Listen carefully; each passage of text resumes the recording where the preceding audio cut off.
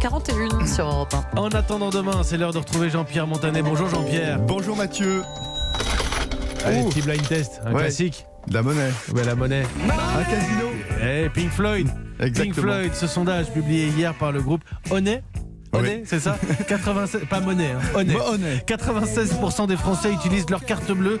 Les espèces n'ont plus la cote. Résultat, c'est la fin programmée demain de l'argent liquide. Oui, alors à terme, quand je ne sais pas exactement, parce que chez nous, le billet en France fait de la résistance. Devinez ce que la petite ville de Persan dans le Val d'Oise va inaugurer samedi en grande pompe. Un nouveau DAB. Un antique distributeur automatique de billets, un truc à un demi-siècle.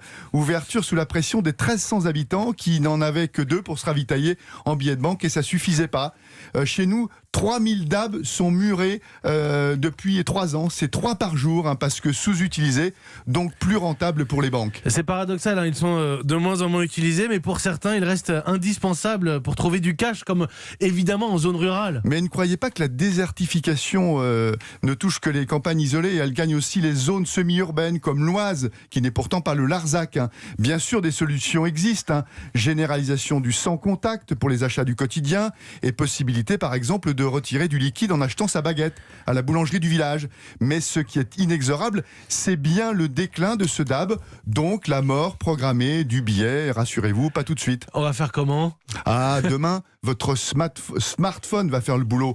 Déjà, des plateformes permettent de faire des petits virements entre particuliers, juste avec un numéro de portable. Vous avez confiance, vous Jean-Pierre Montanet ? J'ai confiance. Regardez la Chine. Là-bas, si vous sortez du cash, Mathieu, on vous prend pour Cro-Magnon. Tout se règle avec le téléphone et un carré magique, le QR code. Plus près de nous, la Suède, qui a pourtant introduit le billet de banque en Europe, prévoit sa disparition totale en 2030.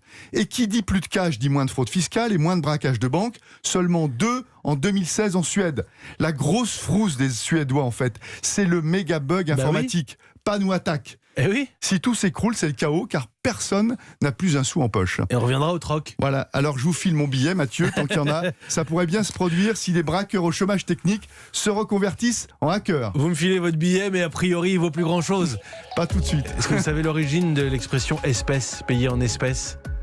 Les grands navires marchands qui circulaient et les épices qui coûtaient extrêmement cher, c'est de là que ça vient, payé en espèces. Et c'est les Chinois qui ont inventé le billet de banque. Bon, a priori, les Suédois vont l'enterrer. Merci beaucoup Jean-Pierre Montanet. C'était en attendant.